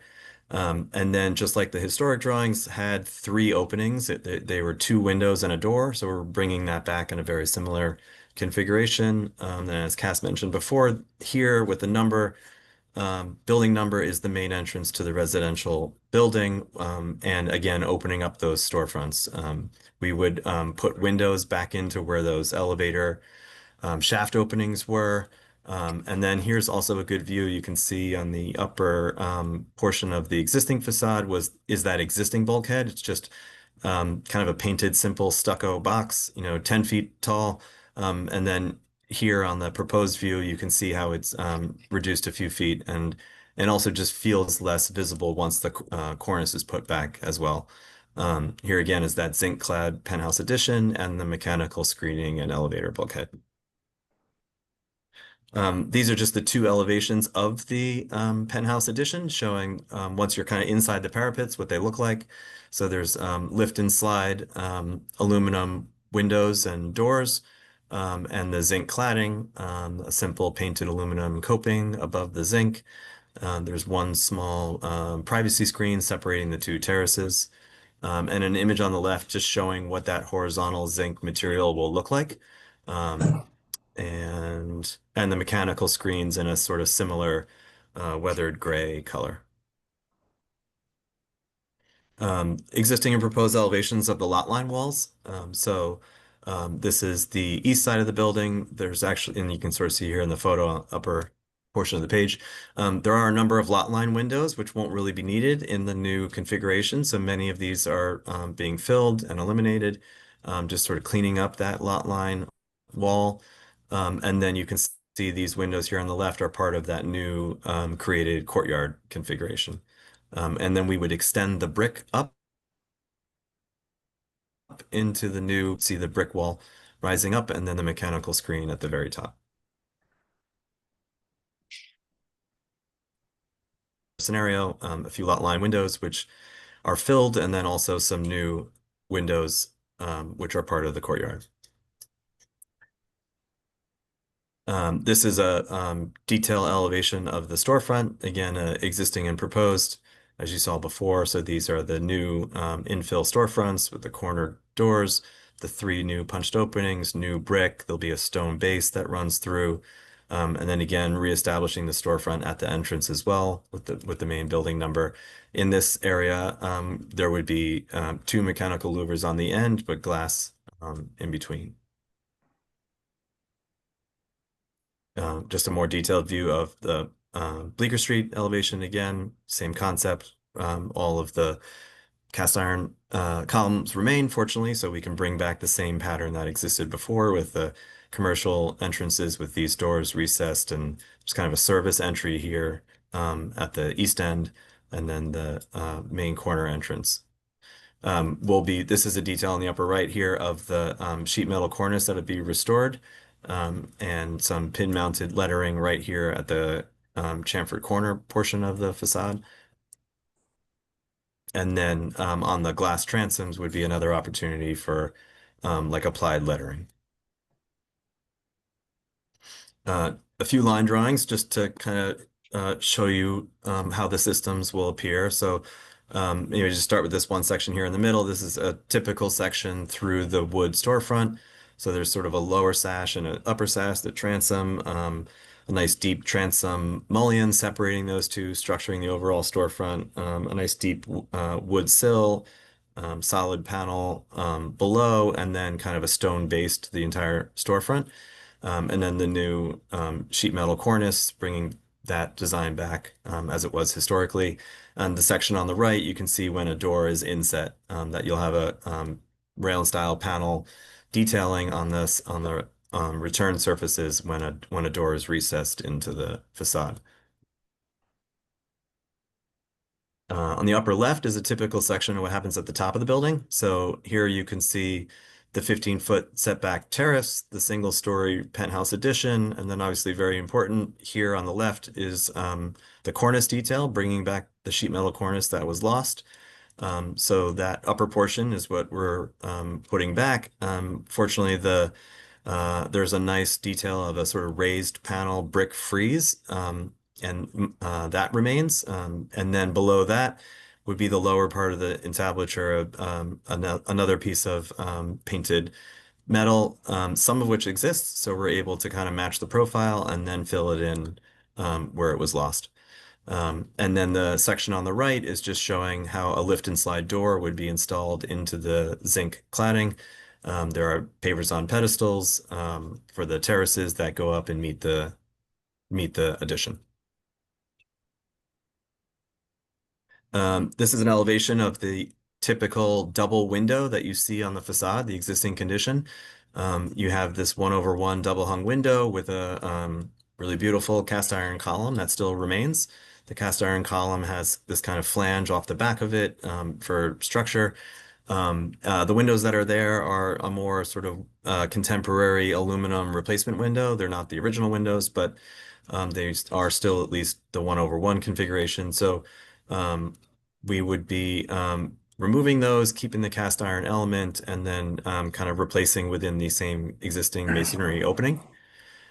So the windows that would go back in their place is a simulated double hung unit. So you can see here in section on the left, the upper sash and the lower sash are offset like a traditional double hung window would have. The lower portion is an operable casement that is in swing. The upper portion is fixed. That allows us to have the depth and cast shadow of a double hung window, but at the same time meet current ADA standards for a new contemporary window. And then down here on the plan, the cast iron column, as Cass said, there was existing window panning that we were able to remove, and fortunately below that we found the original painted wood brick molds. So we are able to match those, and the windows will be installed and then just behind, and we'll reapply the brick molds in the same configuration. So for a few visibility studies, this first one, there's a little key plan down here on the bottom right. So for this first view, you can see we're pretty far west. We're actually west of Lafayette Street at this point. This is about like 400 feet away. This is the view where you see the most, which is still not that much. So here on the left is a rendered view. You can sort of see the new cornice that was put back. And you'll see there's this little bit peeking out from our neighbor. And we took that rendered view and just sort of blew it up here on the right so you can get a sense of what we're looking at. So what you're really seeing is this corner right here, just peeking out, is that single-story rooftop addition. So it's really just those zinc panels. Even the lift and slide windows are kind of below the cornice line at that point. And then you're seeing some mechanical screen popping up from that bulkhead that was beyond. This was our mock-up photo. So you can see those are matching, and that's all there on site, obviously. So this is sort of our most visible view. And again, we're pretty pleased it's quite modest, and this is also from quite a distance. As you get closer, sort of like mid-block here on Bleecker, halfway to the building, you don't see anything. This is our rendered view. This is a blow up of our render. This is the mock-up, just to confirm you're not seeing any of the mock-up poking up at this point. So when you're really within the block, close to this building, you don't see anything. And this view too, just another good understanding of that reestablished storefront and how it kind of orients itself towards Bleecker, turns the corner in a really nice way. And then you get some of the more masonry-based facade coming down Mott Street. This is from the south on Mott Street. We're, 2/3 of the way down the block. This is a rendered view. You can see the cornice here now. You can see the newly constructed bulkhead like we described. Here's just blowing that up a touch. And the mock-up photo, this is a picture once the mock-up was taken, but you don't see any of the mock-up because the existing bulkhead blocks the view of that. But this is also a good opportunity to just see the real sort of before and after effects of building the bulkhead back at a lower height, substantially lower. And the cornice helps to block the view of that. So the overall effect is, a real improvement. This is also from the south, but now you're south of Houston Street, so you're, farther away. Similar story. Here's the rendering. You can see the newly constructed bulkhead, blowing it up a touch. And again, the mock-up photo, you still don't see any of the bulkhead-like elements from the mock-up visible at this point. You're just seeing the existing bulkhead, which again is taller than the one we are proposing. A view here on Bleecker from the east. So you can see the bulkhead extending up, the lot line wall in a sort of simple, clean appearance with many of those lot line windows removed, the mechanical screen here at the top, and that same view blown up a touch, and then the mock-up. It's a little hard to see with these trees blooming, but you can see some of the mechanical screen right here just as the rendered view shows. Even further to the east, so we're now at the eastern side of the Bowery. You can see a little bit of our mechanical screen sticking up above, and this isn't even our building, it's our neighboring building. And if you just blow that up a little bit, you see it here, and then again the mock-up sort of matching that. And at this point, right, we're seeing these screens and bulkheads, and there's even more bulkheads and screens of the buildings beyond too in that same area. So just a good overall summary of the material palette and a good close-up view of the rendering here. So we have been working with Belden Brick to find a very good, almost spot-on match of the existing brick that's there. We'll be, cleaning the brick that's there so we can really dial in which one matches best, but there are two really good options that we've already identified. The penthouse using that zinc cladding in this patinaed gray color, mechanical screen in a similar sort of mid-tone gray color to kind of complement the zinc. All the cast iron elements and the windows. So the cast iron, the painted metal cornice, the cast iron columns between the windows, the storefronts, the second floor cornice, the window frames would all be painted in this dark grayish green color. It's a historic color common for buildings like this with these kinds of elements.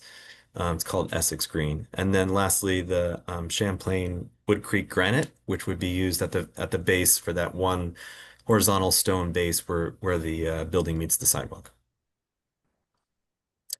Just very quickly for reference, just so everyone can understand, this is cellar, lots of back house mechanical, nothing too exciting there. Ground floor, I think, is helpful. So you can see there are two commercial spaces. They're both facing Bleecker Street, each with their entrance there. Like we mentioned, we've got kind of an egress corridor and service entrance at the corner of the building, and then the main residential entrance and lobby at the southern end of the Mott Street elevation. Typical floors as you rise up, second through fourth has these 3 units. 5 and 6 have 2. This is a good place to see the courtyard. This is that you can see the property line, how it has a little tail there, like we were talking about earlier.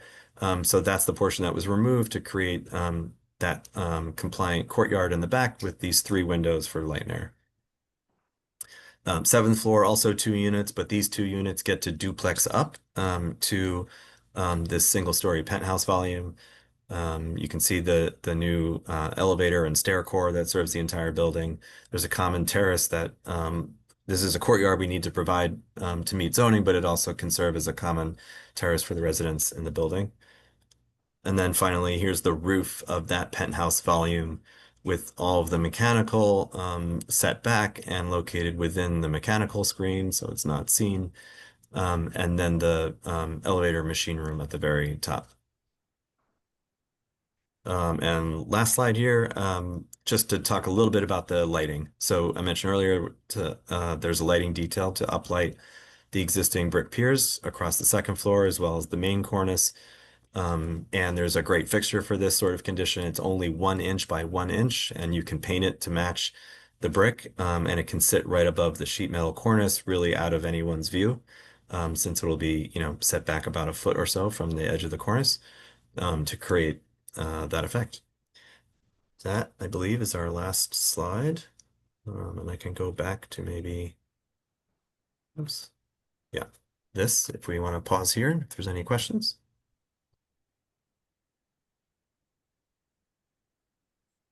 No, you're muted. Yeah. I'm so zealous about that, not to make noise.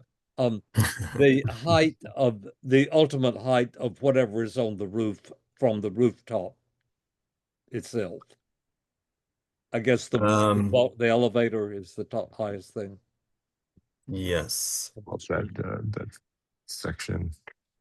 And while David's pulling that up, I'll just mention, Chanel, neglected to mention this at the outset, we're calendared for a public hearing on June 2nd at Landmarks.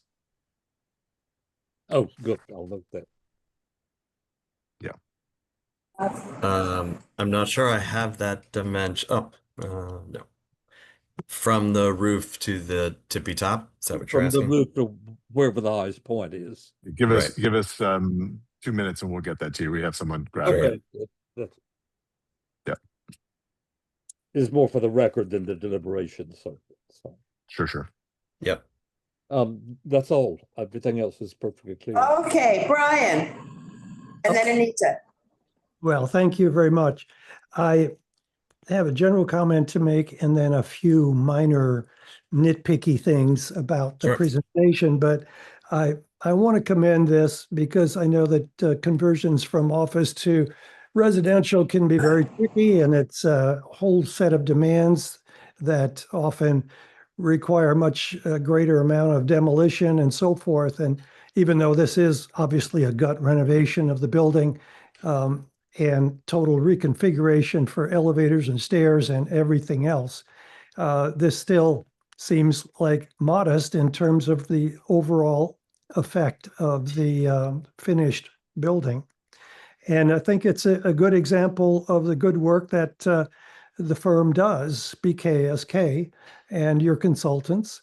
And we've seen this a number of times in our CB2 area. And so I just want to commend you on that. And so sometimes what's presented by your firm, it doesn't achieve the same agreement as this one has, for me at any rate.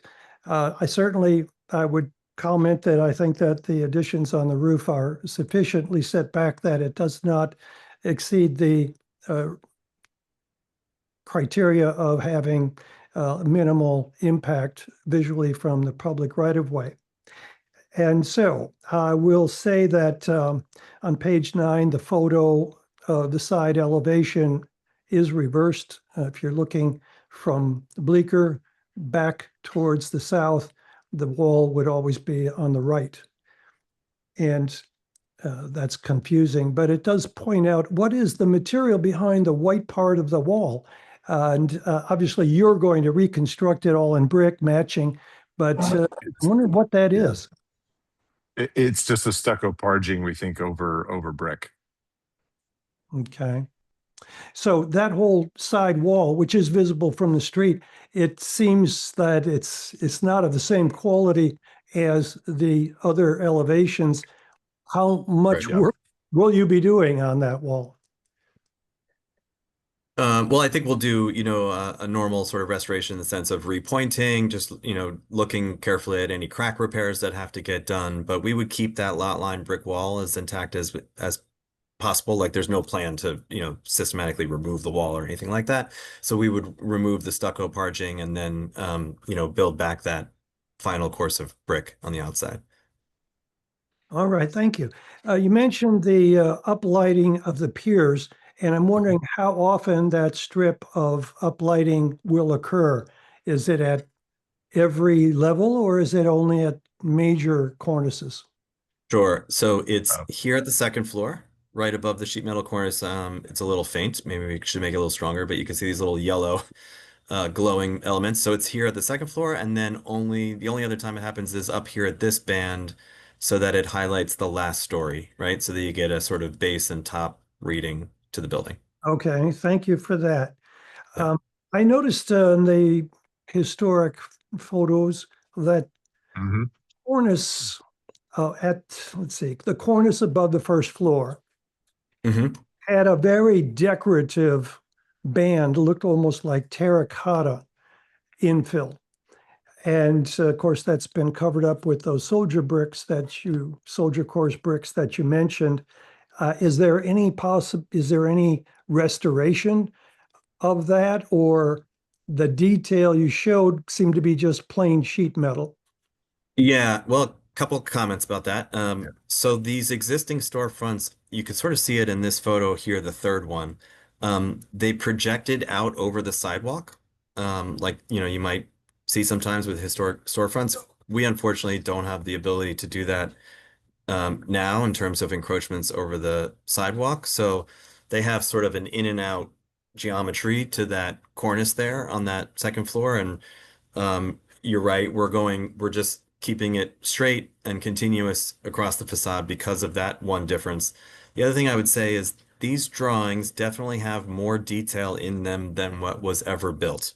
So if you look at the cornice, for example, there's a lot more flourish to this cornice design that when you look at the photos, you can see was never done. So we were sort of lightheartedly thinking this might have been some 1901 value engineering. But you can look at, some of that existing metal element that is still on the building, and it was just more simple, frankly, than what was in the historic drawings. So we weren't trying to go quite this detailed again. But at the same time, trying to sort of be inspired by it, have similar overall profiles. And of course, we have the benefit of the cast iron columns with some of their detail. Okay. And Cass, please add if there's anything you. Yeah, no, nothing to add.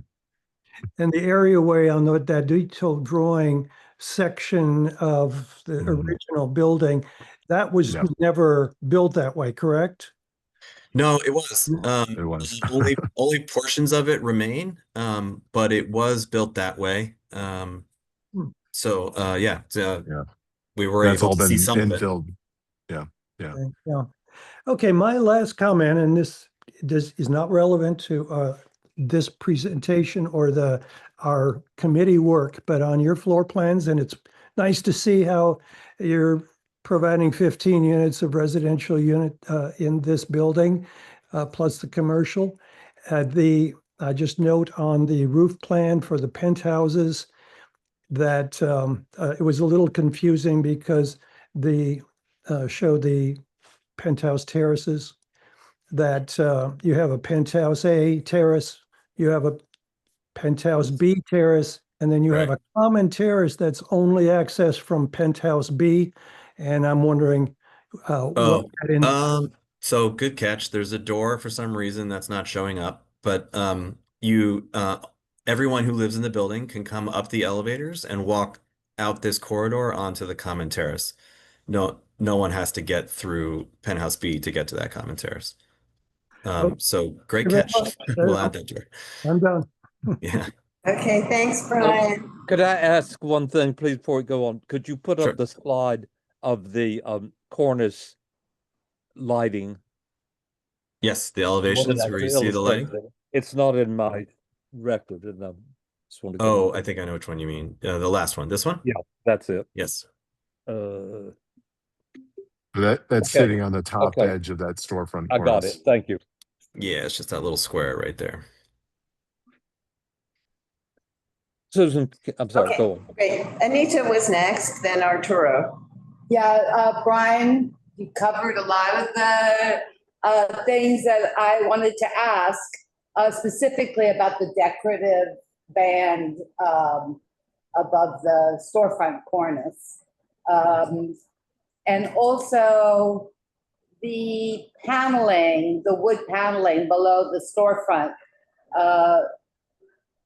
What were they originally? It's hard to tell. The drawings are great, but they were kind of suggestive rather than that Yeah, important. I agree. Yeah, let's go back to that. I know what you mean. I mean, it's a little hard to know exactly what that was below the window. I agree. You know, when you look at the elevations of the doors, they kind of have a rail and style look to them. So, presumably that was painted wood. There could have been other metal details applied to that. It's hard to know for certain, right? Yeah, I mean, it almost reads Anita, like a stamped metal bulkhead, That which is embossed is what I wrote down. very like that's an unusual detail for a 1901 building. This So building reminds me of the cable building in some ways, because of the cresting, which I noticed we're not getting, and maybe it was never built. Is that what you said earlier? The roof? right, yeah. If you look at the tax photo, particularly the one on the right, the 1941, where you can kind of see the edge of the cornice silhouetted against the sky, it looks like a kind of a clean line. So there was also, as I mentioned, there's a record of New York Times. There were a number of articles, pretty significant fires up at the top floor of this building. So, you know, all we have is the earliest photograph, and even the one in 1904 appears to illustrate the same cornice, but it doesn't seem to match up with the drawings. And what did you say that little tower is? I couldn't hear exactly. It's you know, it's some sort of cupola-like feature that doesn't even show up on the drawings. Let me just look at my notes. It was yeah, it wasn't even on the original drawings. Yeah, it's not on the drawings. Yeah. Yeah, I see that. Yeah, sometime after, between basically 1960 and 1940, we think it was removed. The reason I bring up the cable building is they also have like pretty decorative embossed wood framing around the windows in the storefront, I believe. Right, it's actually cast iron. Yeah, I've worked on that building. They're little, narrow sort of enfranements and framing members, not dissimilar to this, but the infill, as I recall on that building, the infill was fairly simple, like the storefront infill. And let's see, and the side wall is now going to be brick completely, no stucco. The side wall, the visible side wall. Okay, The east elevation, yeah. Yeah, and the windows are all aluminum as opposed to wood clad. Correct. The proposed windows would be aluminum. The existing ones there now are aluminum as well, but yes. Yeah. And just as David said, and it's a little hard to see in the details, but we're basically replicating the brick mold. So instead of having that very sort of squared off profile that you have in a typical aluminum replacement window, these windows are going to have a gentle sort of curvilinear brick mold at the two sides and across the top, very similar to what's there today. I see. They're in wood too, right? Correct. Yes. The brick mold piece itself would be wood. It's in wood. Also, I just wanted to say I really admire the storefront. I admire the amount of attention, and it's really a pleasure to see. It's going to make it a much more inviting building. So thank you for that. That's it for me. Arturo. How's it going, guys? Could you pull up the slide on was it a grazing light or the light above the storefront? Sure. Just to get that detail, that was something else that was missing from our presentation. Yep, so there's a little detail of the light fixture itself, which you can see is only 1 inch by 1 inch. You can sort of see it there in the photo. So it's in an aluminum housing, so the fixture itself can be painted any color. So we will get this painted to match the brick color, and then it just sits right on top of the storefront metal cornice. And so in this rendering, right, it would just be sort of floating right above that cornice line at the second floor. Continuous or only at the brick? Only at the brick. So we would match the width of the pier. And my question is, what is the historic context for this? I don't believe the building historically would do uplighting, although we think, the detail in this facade is just very beautiful, and we're really pleased that so much of it is intact. So the brick piers have this great kind of projection to them every few courses, and to just highlight that beauty at night in a kind of little soft glow. And then my follow-up question is on the colors. On the colors for the cornice and I think the cast iron details, you have Essex green. On the presentation we have Lafayette green. Yes, that's right. What happened there, or what changed? Sure. We looked at the Lafayette green and thought it was just a little too bright. And we thought the Essex green was just a sort of more elegant, slightly darker color. We also were just looking back at the historic photos, the tax photos, and of course, they're not in color, but you can really see at that time that even then they were definitely a dark tone. So we just wanted to get something that wasn't too loud from a color point of view, that was just a little more complementary and not too bright. Thank you. Yeah, I like it. Okay, Bo. Yeah, I just wanted to congratulate you guys on this. It's a really wonderful project. I love seeing a commercial to residential in the neighborhood. That's a great thing. I happen to be on that block often, and I hate looking at that infill at the street level. It makes me crazy. I just can't stand it. And I think it'd be a wonderful addition to the neighborhood. And thank you. Thank you. All right. Is there anybody from the public? Sorry, I have one more question about the Card. Is the ground floor in wood, the storefronts, or is that aluminum also? Wood. So the only wood is the ground floor, and everything else is aluminum. Correct. Thank you. Okay, Susan. Okay, Carter, please go ahead. Hey guys, I wanted to commend the treatment of the storefronts with the transom windows. Doesn't look like those were in the original designs for the building, but in my own experience, having really looked at all of the different storefronts recently because of the renovation at 49 Bleecker Street, I realized that the transom windows really existed throughout the block. So I really liked that detail instead of having the large plate glass in the commercial storefronts. So thank you. Sure, thanks. Thank you. Anybody else? Mark, do you see anybody? I do not. Okay, well, in that case, thank you. And I'm going to reiterate what the other committee members have said and just say that this is just it's a pleasure to see such a sensitively done project. So we appreciate it. Perfect. Thank you. Thank you. Thank you. We're gonna see you all. David and I are gonna see you Monday evening as well. We're working together on the application you have at 144 Spring Street. So hopefully the good vibes will Not continue. as tall. So, thank you. Not quite as tall. We can be very nice. We know that. We know that. Of course. Don't count on it, but we can. All right. Very good. Thank All right. you. Good Thank you night. all.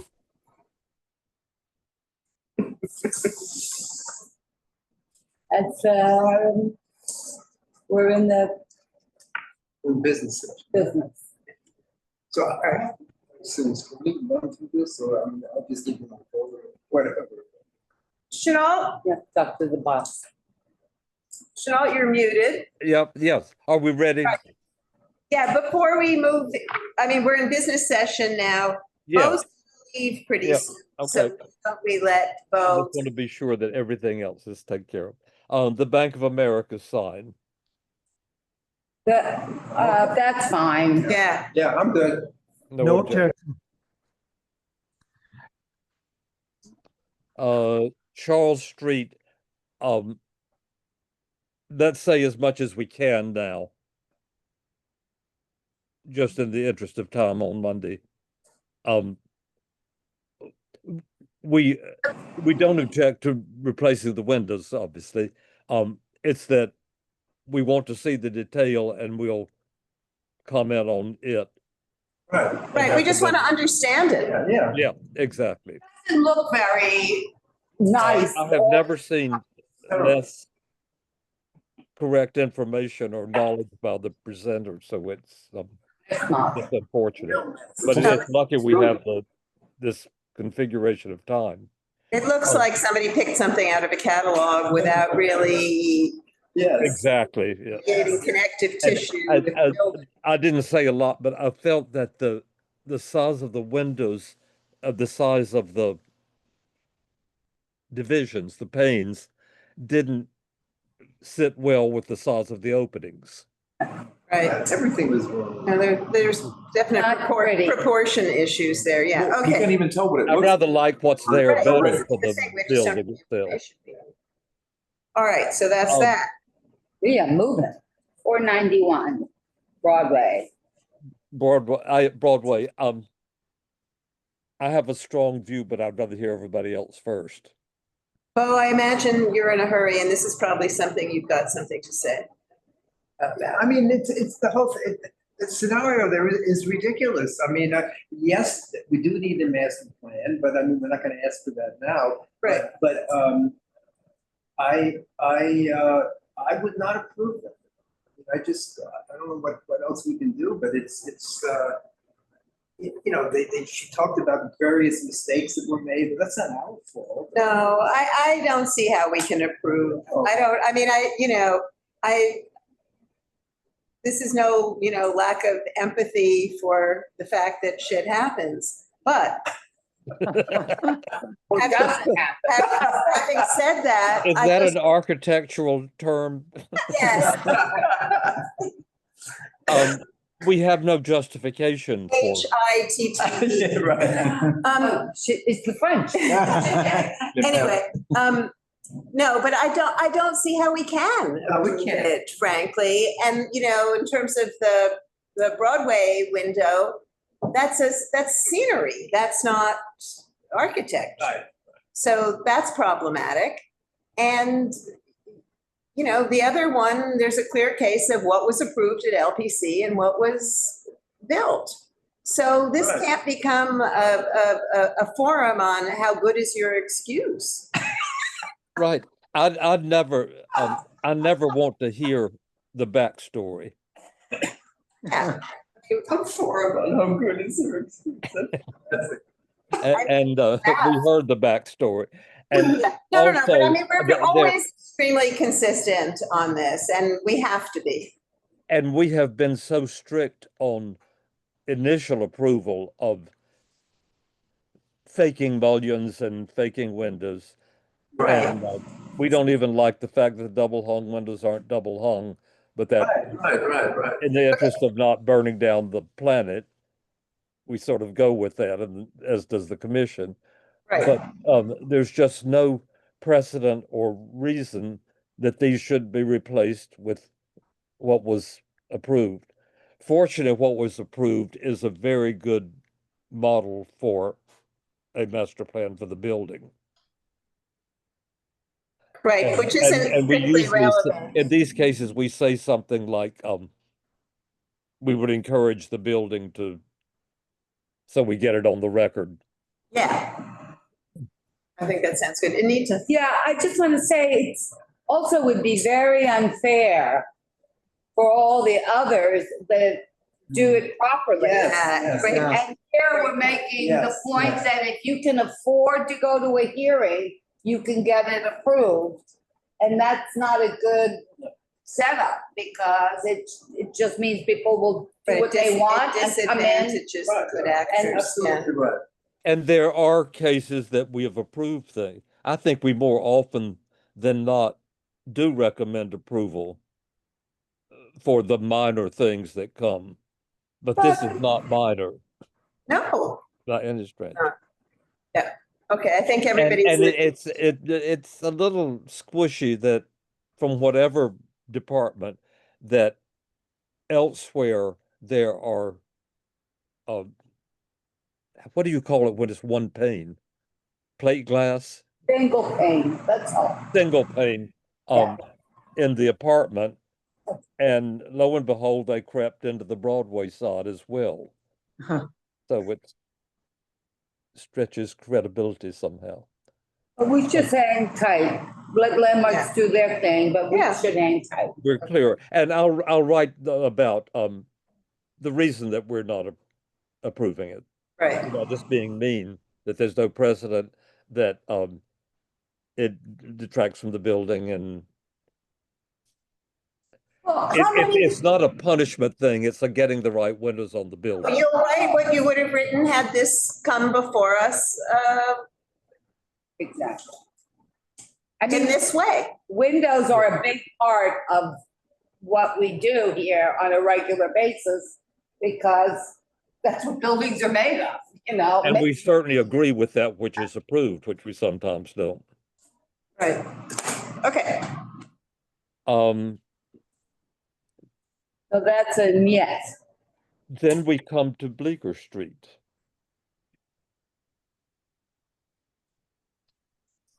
I like For all the discussion, I don't have any notes about shortcomings. I think it's a very handsome building. I'm They very put together. disappointed about the aluminum windows. I think we say yes, check plus. I think my only concern, or at least the part of this, I do in general support it. I wish it obviously had more housing. Get a better microphone position for yourself. Okay, sorry about that. Yeah. I was saying I generally support the project. I wish I had more housing, but the only thing under the purview of landmarks that I would say I don't agree with is the storefront above lighting. Very common now. They have it right next door. Really? Yeah. Oh. Yeah. Yeah. Oh. Just about the one on Mulberry. Angle one. They have uplights. So I was just looking at a video of like NoHo at night, and it just doesn't. I mean, that kind of lighting seems more, like Empire State commercial, those kind of. I think it's Yes. soft, It's probably. also And very soft. up about 1 story. It's not going to cover the whole. Yeah, it facade. doesn't wash. Not a spotlight. It's not like, a monument in Paris It's or this big, something. It's so not how much can washing. it do? It's not a big wash of light, I don't They think. said it was like 1 inch. And this Where? particular kind on the architecture itself, on the pilasters, Just the has been pilasters, approved the masonry. routinely, I think. If it makes you feel any better about it, I would say that I like seeing this kind of lighting when it's done in a discreet Right. not. way, because it celebrates the architecture. Mhm. And I appreciate that about it. I wouldn't want to live above it, the second floor window, but that's not our problem. You know what I mean? I trust y'all. All right. And these units are designed to be very discreet about where the light goes, so they're not going to bounce off the windows, Yeah, exactly. which the residents wouldn't like anyway. My comment is similar to support the overall project. My one reservation is that the decorative frieze on the cornice above the storefront is now made a plain flat metal panel, which it does take away from that detail. And even if there were some signage, letters applied in front of that, it would still give the texture behind it. So if there was any suggestion I would make that returning to as close as possible the original decorative frieze. I think that's a great idea, Brian. And which part of it is? It's the cornice The above. cornice, right, okay. storefronts. It's the storefront Yeah. cornice. The original pictures of the photos of that storefront shows the detail of that in between portion of the cornice.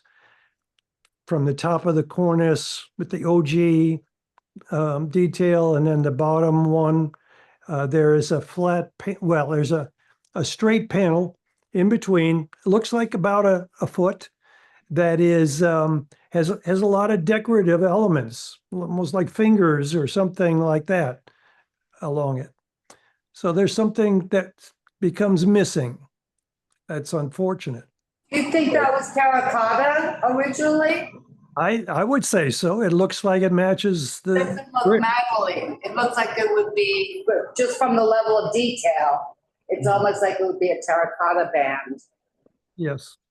So the two things to mention are this cornice and how severe do we want to be about the aluminum windows? Well, they do have the brick mold that they're adding, and so aluminum clad windows are going to appear the same as aluminum windows. It's wooden windows. As opposed to wood windows. Well, yes, nobody's suggesting exposed wood on the windows. Yeah, no. Then what are we saying about them if it's not? Well, I think we're commending the addition of the wood trim, the wood brick mold. I don't know. So the windows are okay. I think so. I don't think we're Yes. going to win that anyway. No. Okay, the cornice then is the only. In sort of a medium, a strong suggestion tone. Yeah, that's right. Okay, it was. You get so It's much amazing. appreciation As from it. complicated as that was, I have the entire whereas section written, and the others are just a mess in my notes. Simply because the presentation was so clear and in an order that one could understand. Yeah. Well, let's see how Monday goes. So, well, we have the building on Monday. Have you seen it? Have you all looked at it? I have. The big to-do is taking this element that is meant to hide a grate at ground level, literally on the ground, and reflecting it all the way up the building. It looks like lace applied to the building to me. It's going to be a big New thing. Orleans modernized. All right. Well, good. And then we'll have spend a bit on whatever we learn about these windows for the industrial building. Yes. Thank you. Yes. Oh, I testified at the hearing anti-blimp, and the commission was not so